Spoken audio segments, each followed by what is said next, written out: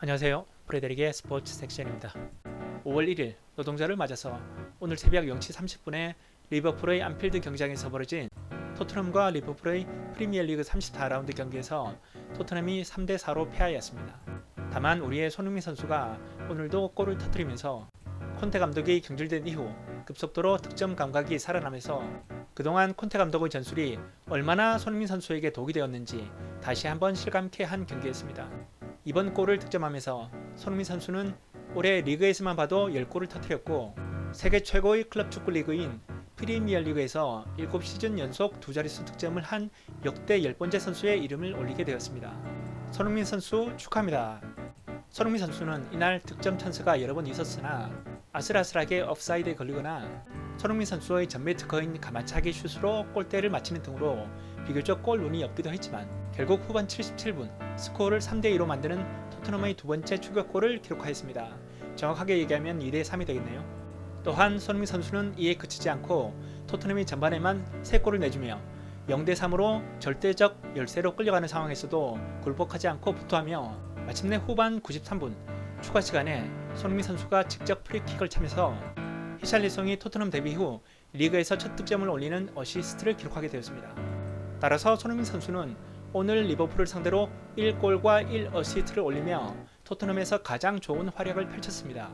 손흥민 선수의 어시스트와 히샬리송의 토트넘 리그 데뷔골이자 동점골로 인해 0대3의 패색이 짙던 상황에서도 드라마틱하게 후반 추가 시간 93분에 경기는 3대3 원점으로 돌아가게 되었습니다. 하지만 경기 막판 리버풀의 알리송 골키퍼가 롱킥으로 토트넘 진영으로 찬 공을 토트넘의 모우라 선수가 로메로 선수에게 패스하려고 갖다 댄 공이 빗나가면서 그 공이 토트넘 페널티 박스 쪽으로 흐르는 것을 리버풀의 조타 선수가 재빨리 눈치채고 그 공을 잡아서 그대로 슛을 때려 골망을 흔들며 경기는 3대4로 토트넘이 패하고 말았습니다. 그런데 말이죠. 조타 선수의 이 골 전개 과정을 자세히 살펴보면 비록 모우라 선수의 패스가 로메로 선수 쪽을 조금 벗어나서 페널티 박스 쪽으로 흐르고 있었다고는 하지만 모우라 선수가 패스하기 전에 이미 로메로 선수는 안전하게 패스를 받을 수 있도록 리버풀 선수들에게서 확실히 떨어진 위치로 재빨리 움직였어야 하지만 이때 로메로는 마치 산책을 하듯이 천천히 움직였고 로메로 선수가 패스를 받은 그 순간에 로메로 선수의 위치도 리버풀 선수의 위치와 그다지 떨어져 있지 않은 상황이었습니다. 그래서 아마도 모우라 선수는 리버풀 선수에게 혹시나 가로채기를 당하지 않도록 하기 위해서 로메로 선수보다 조금 더 토트넘 진영 쪽으로 멀리 패스했을 가능성이 있습니다. 그런데 이때 모우라의 패스가 예상보다 너무 강하다 보니 깜짝 놀란 로메로가 그제서야 사태의 심각성을 알고 재빨리 공을 잡으려고 움직였으나 로메로 선수가 몸싸움은 좋은 편이지만 걸음이 아주 빠른 편은 아닌데다가 물론 에릭 다이어보다는 빠릅니다. 바로 그때 로메로 선수의 뒤쪽에서 침투할 준비를 하고 있는 조타의 모습을 로메로 선수가 눈치를 채지 못하고 있었기 때문에 느슨한 수비력을 펼친 로메로의 탓도 큽니다. 자, 이 상황에서 한 가지 더 주목할 점은 경기를 하다 보면 누구나 모우라처럼 실수를 할 수 있는데요. 물론 모우라의 실수가 가장 크긴 하지만 제가 볼 때는 모우라와 로메로 그리고 다이어의 공동 책임입니다. 왜냐하면 수비를 정말 잘하는 팀은 항상 협력 수비를 합니다. 한마디로 어느 선수건 경기 중에 실수를 할 수 있다는 것을 수비가 강한 팀은 그 부분을 잘 알고 있기 때문에 미리 그 선수의 실수를 커버하기 위해 항상 협력 수비를 할 준비를 하고 있다는 것입니다. 그런데 이 골 전개 상황에서 모우라 선수가 1차 패스 미스를 했고 그 패스 미스를 하도록 영향을 준 로메로 선수에게 2차 책임이 있습니다. 그리고 모우라가 패스 미스를 하기 전부터 이미 그런 패스 미스를 미리 예측했다는 듯이 골문 쪽으로 뛰어 들어갈 준비를 하고 있는 조타의 모습을 바로 뒤에서 지켜보고 있던 에릭 다이어 선수는 걸음이 느리기 때문에 쫓아가도 조타 선수에게는 아무런 위협이 되지 못했고 제대로 쫓아가지도 못할 정도의 스피드였습니다. 다이어는 걸음만 느린 것이 아니라 동작 자체가 느리기 때문에 태클을 했지만 이미 조타의 슛은 다이어의 태클을 지나간 뒤였습니다. 그래서 다이어 선수를 반드시 경기에서 빼야 토트넘에게 그나마 희망이 있고 토트넘 선수들의 진이 빠지지 않는다는 것입니다. 아무리 동료 선수지만 매 경기마다 전혀 도움이 안되고 항상 실점의 빌미를 제공하고 있는 다이어 선수를 계속해서 풀타임 출전시키고 있는 토트넘 구단인데 설마 같이 경기를 뛰고 있는 선수들도 다이어가 항상 경기 패배의 제일 큰 원인이라는 것을 모를까요? 선수들도 경기가 끝난 후 경기 영상을 다시 돌려보면서 비디오 체크를 하기 때문에 다이어가 가장 큰 구멍이라는 것을 모르는 선수는 아마 없을 것입니다. 그런데도 토트넘 구단이나 코치진에서는 늘 선발 명단에 다이어의 이름을 올리고 풀타임 출전시킨다면 정상적인 선수라면 강한 의문을 품고 불만을 제기했을 것입니다. 그러나 토트넘은 지금까지 아무것도 달라진 게 없었습니다. 아마 토트넘 선수들 사이에서도 다이어를 계속 출전시키는 이유가 다이어의 경기력 때문이 아니라 뭔가 겉으로 드러내기 어려운 특별한 이유가 따로 있다고 생각하지 않을까요? 제 말은 이러한 사실을 알면서도 선수들 사이에서도 그냥 쉬쉬하면서 넘어가는 게 있는 것 같다는 얘기입니다. 그러니 선수들이 경기를 해도 다이어가 경기장에 있는 한 수비에 아무 도움이 안 되는 다이어 때문에 늘 불안하고, 공격수가 골을 넣더라도 언제든 다이어 때문에 대량 실점할 수 있기 때문에 항상 긴장을 해야 하거나, 반복된 실점의 원인이 다이어와 연관되어 있다는 사실을 알면서도 겉으로 표현하지 못하기 때문에 선수들 마음속으로도 더 답답하고 진이 빠질 것 같습니다. 저는 솔직히 다이어와 같이 경기를 뛰고 있는 토트넘 선수들의 인내심이 참 대단하다고 생각합니다. 거의 매 경기마다 패배할 경우에 정말 다이어 선수에게 경기 패배의 원인이 제일 크다는 것을 선수들이 눈치채지 못하고 있다면 그것은 토트넘 선수들에게도 정말 큰 심각한 문제가 있는 것입니다. 제가 토트넘 팬을 그만두었다고 말씀드렸지만 여전히 손흥민 때문에 토트넘 경기를 보면서도 화가 나는 것은 어쩔 수가 없는 것 같습니다. 그런데 말이죠, 조타 선수가 골을 넣은 시점보다 그보다 조금 전인 후반 81분에 리버풀의 조타 선수가 발로 스킵의 머리를 가격하면서 스킵의 머리에서 출혈까지 생기면서 퇴장으로도 충분히 볼 수 있는 상황이 있었으나 주심은 이때 조타 선수가 공을 걷어내려는 의도였다고 보았고 의도적인 위험한 반칙은 아니라고 보면서 옐로우 카드만 꺼내들었습니다. 이것은 리버풀에게는 절호의 행운이었죠. 만약 주심이 그때 조타에게 옐로우 카드 대신에 레드 카드를 꺼냈더라면 조타 선수는 이미 퇴장당하여 경기장에서 더 이상 존재하지 않았을 것이므로 경기는 3대3 무승부로 끝이 났을 것입니다. 조타의 발에 의해 머리를 가격당한 스킵은 결국 부상으로 히샬리송과 교체되어 경기장 밖으로 나갔지만 가해자인 조타 선수만 버젓이 경기장에 남아서 결승골까지 터뜨리며 4대3으로 승리를 하고 말았네요. 만약 리버풀 선수가 스킵과 같은 위험한 파울을 당했더라면 반칙을 가한 토트넘 선수는 아마 퇴장당하지 않았을까요?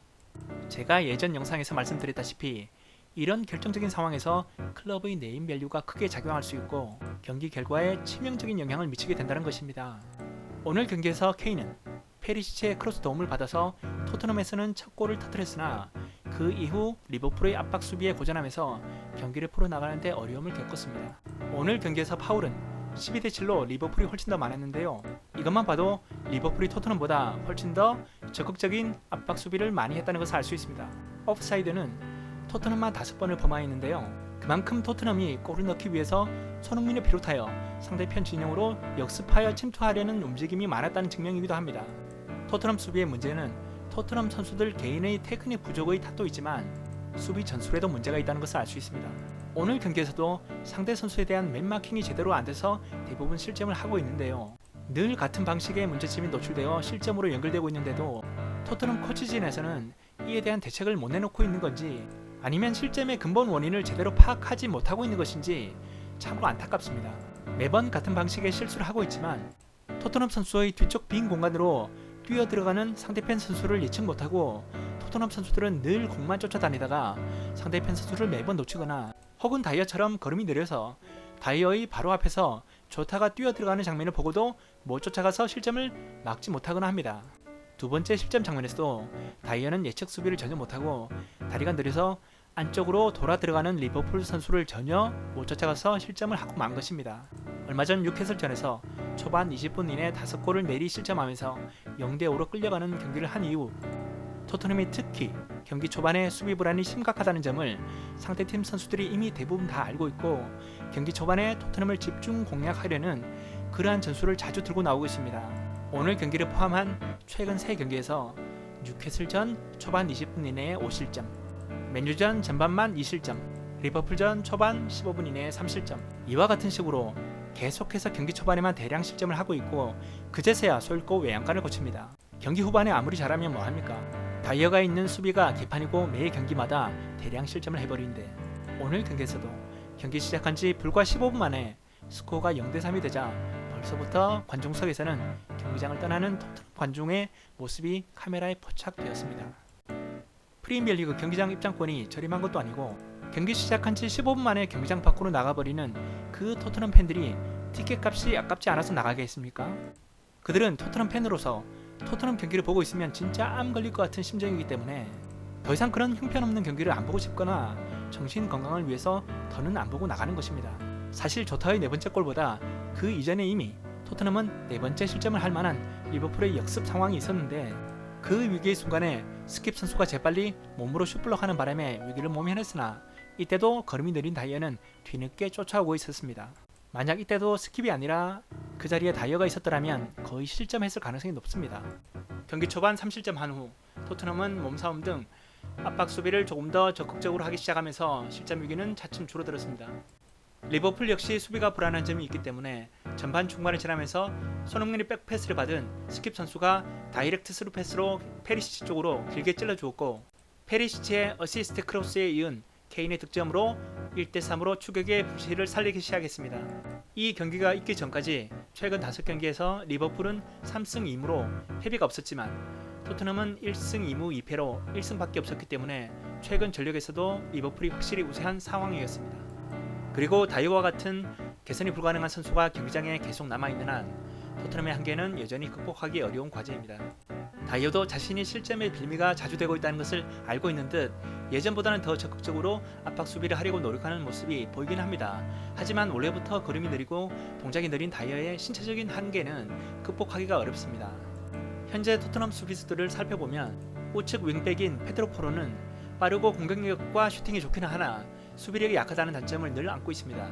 오늘도 첫 실점에서 포로는 자신의 뒤로 들어오는 리버풀의 커티시 존스 선수를 전혀 보지 못하고 있다가 아놀드가 존스 쪽으로 긴 로빙 패스를 하자 뒤늦게 존스의 존재를 알아차린 포로는 그제서야 뒤늦게 태클을 시도해봤지만 이미 공은 자신의 발을 지나간 뒤였습니다.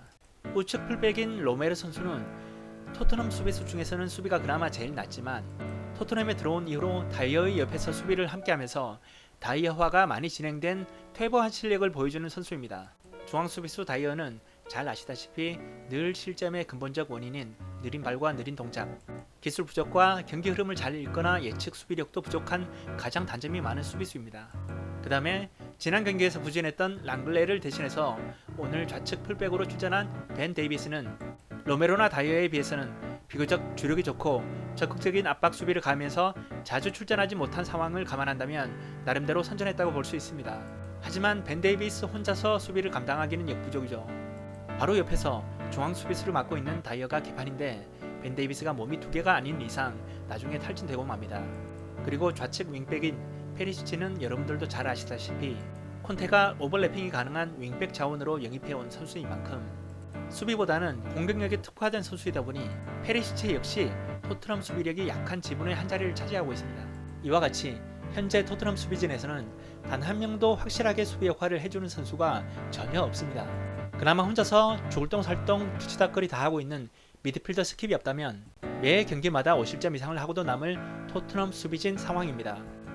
또한 스킵은 오늘 토트넘 첫 골의 기점이 되는 긴 스루 패스를 좌측 측면으로 뛰어들어가는 페리시치에게 연결했고 페리시치는 정확한 크로스로 케인의 첫 골을 도왔습니다. 미드필더 호이비에리 역시 예전에 비해 실력이 퇴보한 선수 중 하나이고 최근 들어 수비나 공격에 있어서도 그다지 큰 역할을 못해주고 있습니다. 그렇지만 다이어처럼 실점의 근본적인 원인을 제공하는 주범은 아닙니다. 오늘 로메로는 페널티 박스 안에서 무리한 반칙을 하다가 살라의 페널티킥 성공으로 세 번째 실점의 원인을 제공하였습니다. 다만 로메로 선수는 자신의 실수를 많이 하듯 손흥민 선수에게 정확한 로빙 스루 패스를 하면서 손흥민 선수의 두 번째 득점에 어시스트를 제공했습니다. 페리시치는 빠르고 실력은 좋은 편이지만 본인 욕심이 많아서인지 케인에게만 패스를 몰아주는 경향이 있고 손흥민이 노마크로 좋은 위치에 있을 때는 패스 타이밍을 놓치거나 패스를 하지 않고 별 소득이 없는 크로스를 습관적으로 해버리는 경향이 있습니다. 페리시치의 어시스트로 손흥민이 득점했을 때도 페리시치의 어시스트가 특히 좋았다기보다는 손흥민의 실력으로 골을 만들어낸 경우가 많았던 것 같습니다. 오늘 경기 중에 페리시치도 자신이 욕심을 부리면서 패스 안하고 안쪽으로 치고 들어가다가 골라인 아웃이 되자 판단 실수를 스스로 인정하는 듯 머리를 스스로 쥐어박는 장면이 경기 중에 포착되기도 했습니다. 페리시치의 심성은 나빠 보이지 않는데 순간적 판단 미스를 하거나 손흥민에게 패스하는 타이밍을 제대로 잡지 못하는 이유가 있을 수도 있겠다는 생각도 드네요. 해리 케인은 실력은 월드 클래스급으로 인정하지만 골 욕심이 많다 보니 손흥민이 더 좋은 위치에 있을 때도 패스를 하기보다는 자신이 먼저 슈팅을 시도하거나 슈팅 공간이 안 보이자 뒤늦게 손흥민에게 패스하는 경우가 종종 있습니다. 그래도 케인만큼 손흥민에게 정확한 크로스나 패스를 해주는 선수는 토트넘에서는 케인이 유일하고, 케인은 손흥민에게는 부족한 피지컬과 몸싸움 능력이 어느 정도는 받쳐주다 보니 상대방의 집중 견제 속에서도 공을 소유한 채 어느 정도 버텨내거나 돌파해 들어가는 힘이 있습니다. 손흥민은 오프더블 상황과 역습 시에 가장 큰 장점을 발휘하는 선수인데, 이런 손흥민의 장점을 포체티노와 무리뉴 감독이 잘 활용해서 손흥민의 효과를 톡톡히 볼 수가 있었죠. 마지막으로 오늘 손흥민 선수가 리버풀의 알리송 골키퍼와 1대1 상황에서 골을 넣은 비결을 알려드리겠습니다. 손흥민은 골키퍼와 1대1 대결에서 항상 킥을 할 때 몸을 오른쪽 방향으로 튼 상태에서 슈팅을 합니다. 이렇게 하는 이유는 발등이 아니라 발의 안쪽에 공을 맞춰서 인사이드 킥을 시도하려는 이유 때문입니다. 그리고 인사이드 킥을 하는 이유는 강한 킥은 불필요하지만 정확하고 안전한 킥이 필요한 상황에서 시도하는 것이죠. 골키퍼 입장에서는 손흥민 선수가 킥을 하는 동작과 동시에 몸을 오른쪽으로 틀게 되면 마치 골키퍼의 왼쪽으로 공을 차는 것처럼 보이는 착시 효과 때문에 골키퍼는 무게중심이 왼쪽으로 쏠릴 수밖에 없게 되면서 자연스럽게 골키퍼의 다리는 벌어지게 됩니다. 이때 손흥민의 입장에서는 골문의 사이드 쪽에 공간이 충분히 남아있으면 그 사이드 쪽으로 차면 되지만, 오늘처럼 골키퍼가 슈팅각을 좁히면서 앞으로 나와 있는 상황에서는 옆쪽으로 찼다가는 골키퍼의 손이나 다리에 걸려 차단될 확률이 많기 때문에 벌어진 골키퍼의 다리 사이로 차는 것이 정석입니다. 물론 이 경우에는 골키퍼의 바로 앞까지 다가가서 이런 킥을 시도해야 성공 확률이 그만큼 높습니다. 손흥민 선수가 골키퍼와 1대1 상황에서 왜 득점 성공률이 그렇게 높은지 이제 아시겠죠? 오늘 소식은 여기까지만 하도록 하겠습니다. 프레데릭의 스포츠 섹션이었습니다. 감사합니다.